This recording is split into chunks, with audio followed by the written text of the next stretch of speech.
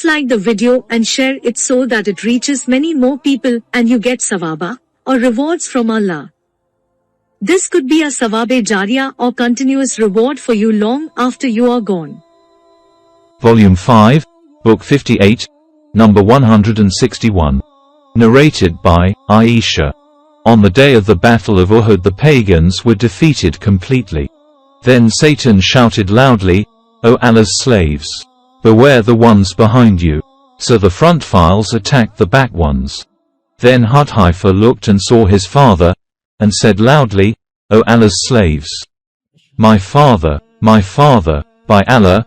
They did not stop till they killed him, i.e. Hudayfa's father. Hudayfa said, "May Allah forgive you." The sub-narrator said, "By Allah, because of what Hudayfa said, he remained in a good state till he met Allah, i.e. died." Volume 5, Book 58, number 162. Narrated by Ali. I heard Allah's apostle saying, as below. Volume 5, Book 58, number 163. Narrated by Ali. The Prophet said, "The best of the world's women is Mary, at her lifetime. And the best of the world's women is Khadija, at her lifetime." Volume 5, Book 58, number 164. Narrated by Aisha. I did not feel jealous of any of the wives of the Prophet as much as I did of Khadija, although she died before he married me, for I often heard him mentioning her, and Allah had told him to give her the good tidings that she would have a palace of kasab, i.e. pipes of precious stones and pearls in paradise, and whenever he slaughtered a sheep, he would send her women friends a good share of it. Volume 5, Book 58, number 165. Narrated by Aisha. I did not feel jealous of any woman as much as I did of Khadija because Allah's apostle used to mention her very often.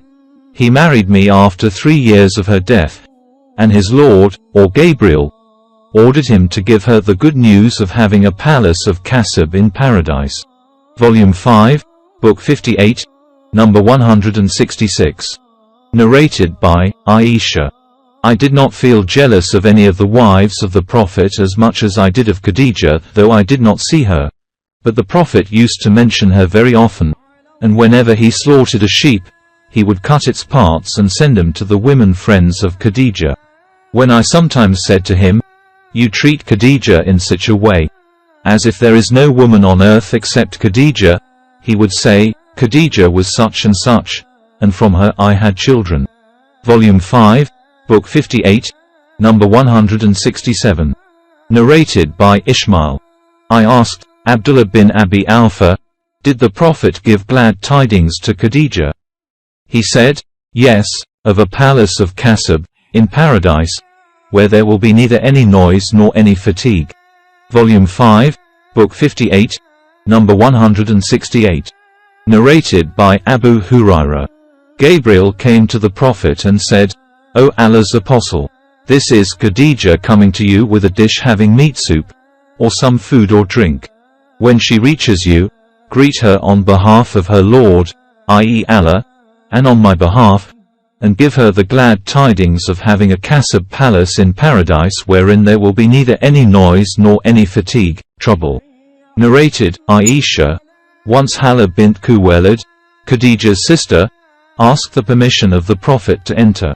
On that, the Prophet remembered the way Khadija used to ask permission, and that upset him. He said, "O Allah, Hala." So I became jealous and said, "What makes you remember an old woman amongst the old women of Quraysh, an old woman, with a teethless mouth, of red gums, who died long ago, and in whose place Allah has given you somebody better than her?" Volume 5, Book 58, number 169. Narrated by Abdullah bin Umar. The Prophet met Zayd bin Amr bin Nufayl in the bottom of the valley of Balda before any divine inspiration came to the Prophet. A meal was presented to the Prophet, but he refused to eat from it. Then it was presented to Zayd, who said, "I do not eat anything which you slaughter in the name of your stone idols. I eat none but those things on which Allah's name has been mentioned at the time of slaughtering." Zayd bin Amr used to criticize the way Quraysh used to slaughter their animals, and used to say, Allah has created the sheep and He has sent the water for it from the sky, and He has grown the grass for it from the earth, yet you slaughter it in other than the name of Allah. He used to say so, for he rejected that practice and considered it as something abominable. Narrated Ibn Umar, Zayd bin Amr bin Nufayl went to Sham, inquiring about a true religion to follow.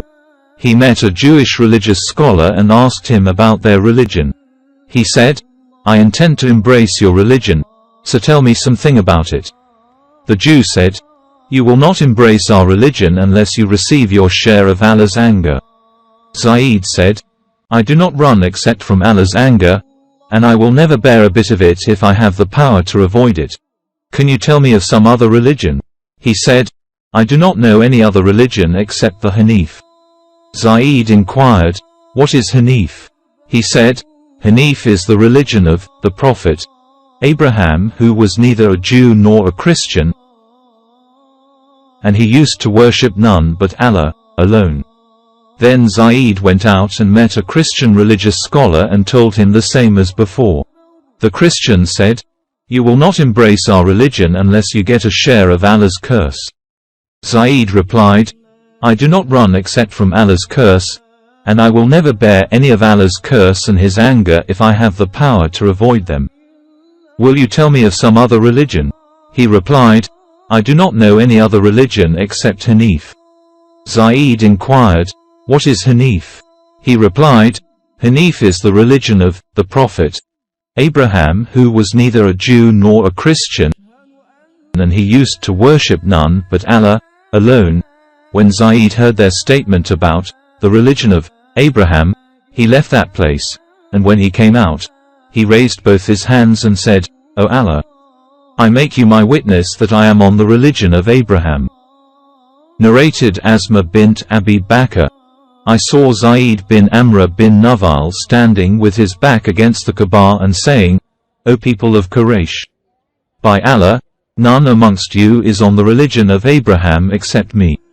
He used to preserve the lives of little girls.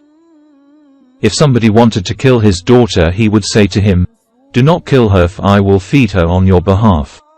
So he would take her, and when she grew up nicely, he would say to her father, Now if you want her, I will give her to you, and if you wish, I will feed her on your behalf. Volume 5, Book 58, Number 170. Narrated by Jabir bin Abdullah. When the Kaaba was rebuilt, the Prophet and Abbas went to carry stones. Abbas said to the Prophet, Take off and put your waist sheet over your neck so that the stones may not hurt you. But as soon as he took off his waist sheet, he fell unconscious on the ground with both his eyes towards the sky. When he came to his senses, he said, My waist sheet. My waist sheet. Then he tied his waist sheet round his waist.